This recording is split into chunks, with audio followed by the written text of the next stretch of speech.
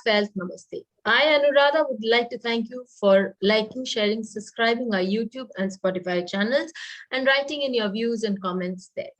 Today, we are going to talk with Vishal Sharma ji on the Swastik, a very important part that comes from Sanatan Dharma and a very potent figure as such. Vishal ji, a warm welcome to you. Thank you, Raji, for inviting me. So, Vishal ji, you are going to talk with us on the Swastik. Yeah. What is its value, importance in Swastik? Yeah. So I think today what I want to cover or discuss is how Swastik is such a divine symbol. What is its significance? How it is being used in our Vastu, specifically when it comes to protect ourselves, and then how does it actually manifest, or how it is linked back into our solar system, or into the what you call as the galaxy which is there. How does that goes back into Swastik is connected to the constellation. So I want to cover that. So if we can go to the next page, please.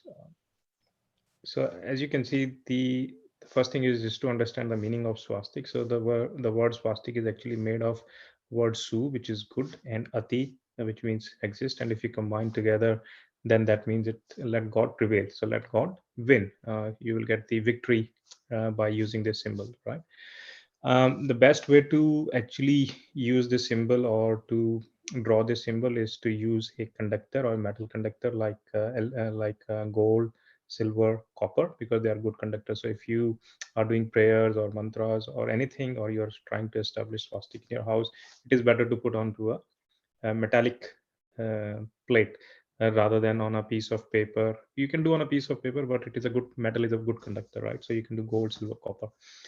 Now, in terms of its relevance, in terms of its background, it is mentioned in Yajurveda. There is a mantra or there is a shloka which is mentioned here, which I have said. Om swastina Indro Bridhashravah swastina Pusha Vishve Veda swastina Traksho Arishtnemi swastina Brihaspati Dadatu. It's a very potent, very, and it's supposed to be done right before we start our worship. Yeah, so this is, and as I said, this is mentioned in Yajurveda, and if you actually try to break it down and go, line by line. So in the first line, Lord Indra is being mentioned, which is which rules all the riches, specifically for a material world. Whatever desires you have in the material world, you can get through Indra. And then in the next one, you have got Pusha, which is also for strength, having knowledge, which blesses you specifically for your immunity. It can help you as well from specifically for health ailments. And then you have Nastakshayo, which is actually the vehicle for Garuda. So that is the Garud Vahan, right? So that is to overcome your obstacles or your enemies. And then Brihaspati, which is Jupiter, which is to give you wisdom, knowledge, because being the gurus of devas, it provides you with all types of comfort. So, and also we know in astrology that is the most benefic planet as well, right? So that is the linkage. If you see how these four areas of your life are being connected through through swastik, and this is the mantra. So we'll see how this actually pans out. Let's just go to the nakshatra first. So it is also mentioned, and Anuradha ji, you probably know more than us, that if you go back, please, just one. So in terms of the nakshatra, it is said that in the east, where Indra is residing, Chitra is the nakshatra, and if you go 180 degree opposite to that, then you have Revati. And if you move 90 degree from Chitra, you will get to Shravana, which is Lord Vishnu's nakshatra.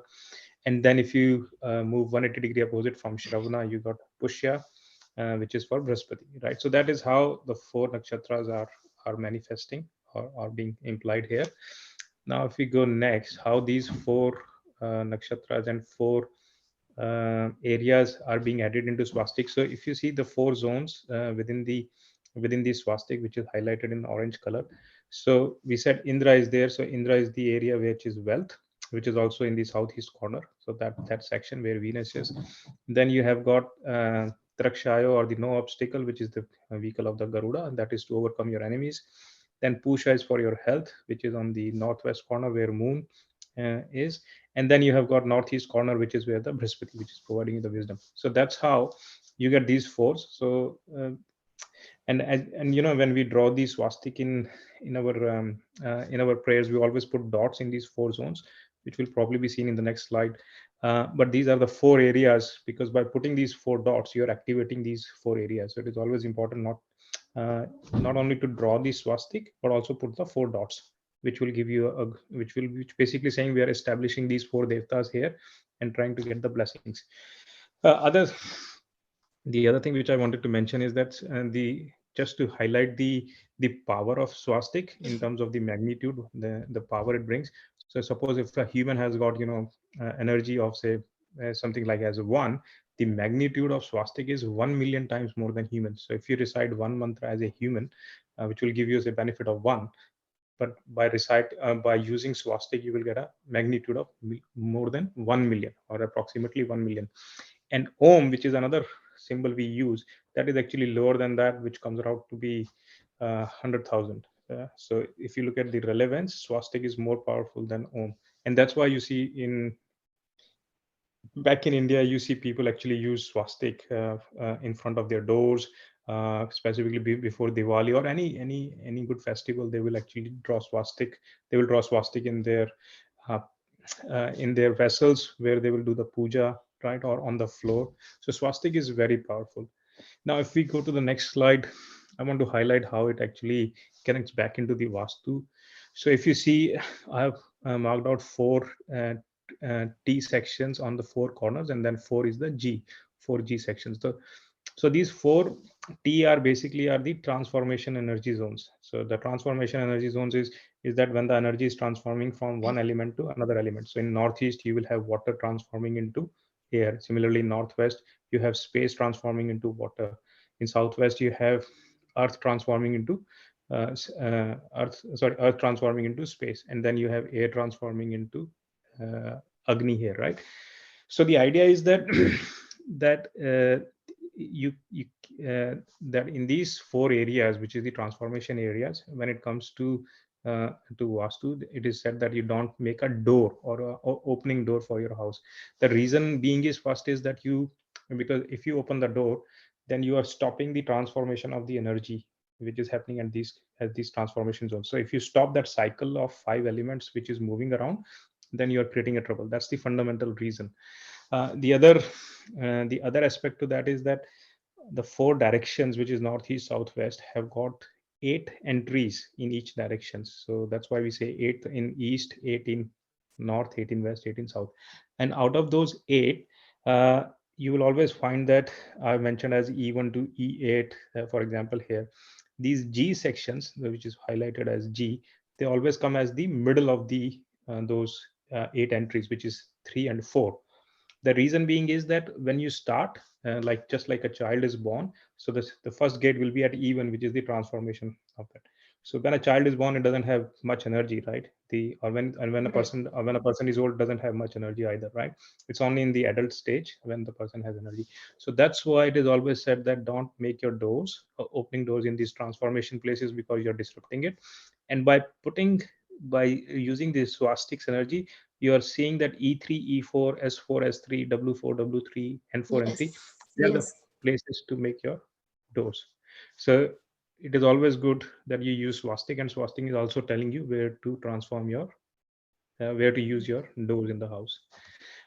In terms of drawing the swastik, I've just put a drawing here. It is always recommended not to cross the swastik with each other. These when you draw the swastik, you go and come to the center, but then you draw half the circle or the same quarter of a circle, and then you go to next side, come back, draw the other part of it, and then, but don't cross them. And people can actually go onto Google and learn how to draw the swastik. There is another way of doing it, but this is a more better way of doing it. And again, putting those four dots is basically you are actually ensuring that you are Establishing. establishing Isha, Brihaspati, Indra, and your no obstacle section. So you must put those four dots as well. And if we go next, I wanted to also highlight that if you don't use swastik, which is, as I said, the potency of swastik is very high, is more than Om, more than your mantras. Hitler started using it in a reverse direction, so it changed its polarity. And as we know, when he changed its polarity, he actually went to the destruction. He destroyed. In the end, he committed suicide. So just to highlight, if you use it in a wrong sense, then it can impact you. um, I think that's pretty much on this one. If we go to the next one, the other thing which I wanted to highlight, how it is being connected back to the constellations and how it is being connected to our to a solar system. So in so there is a concept in Western world which is called as Big Dipper, which is actually related to a constellation called Bear or Riksh, which is mentioned in Rig Veda. And what that constellation is, that constellation is made of 7 stars, which is also known as the Saptrishis, the Saptrishis we worship. And it says that it makes a symbol of a body and a head. And the relevance of that is that this constellation actually starts from the North Pole, which is the Dhruv Tara for us. The Dhruv Tara is where the north comes in. So from north, and during the spring it will be on this side, and then when the winter comes in it will move to this side, then fall it will come to this side, and then summer it will move to this side. So if you take a snapshot of each season where that is, and you combine together, then you see the symbol of swastika. So this is another way we are saying how swastika is actually manifesting in our universe as well. It is similar to like a golden ratio, which is also very divine, which exists in pretty much every part of in the universe, whether it is living beings, human beings, or plants or animals, right? So this is similar to that. That swastika is irrelevant. It is very potent, and it is given to us by the Vedas and also manifesting in the universe. So that was the high point I wanted to highlight, and how you can use in your house to protect yourself by putting swastika in front of your doors, and how not to make your doors in those cardinal signs. It's a very beautiful thing that you've highlighted, and very logical explanation to it. And when we come to the Vedas, generally we have come to a point where generally many people think that all the rituals that we do, they can be very unnecessary. But if you look at the Sanatan Dharma way of doing things, they have a lot of protection for the human life, and they have these small symbols are so potent that they increase the value of the human life also. And inculcating it in our everyday life, be it in terms of Vastu, be it in terms of doing the puja, is actually helping us lead a more smooth and a protected and a better life. It was a beautiful explanation, Vishalji. Thank you so very much for this. Thank you, Anuradha. Please hit the bell icon for fresh updates. Don't forget to like, share, and comment on the videos, and please subscribe to our channel.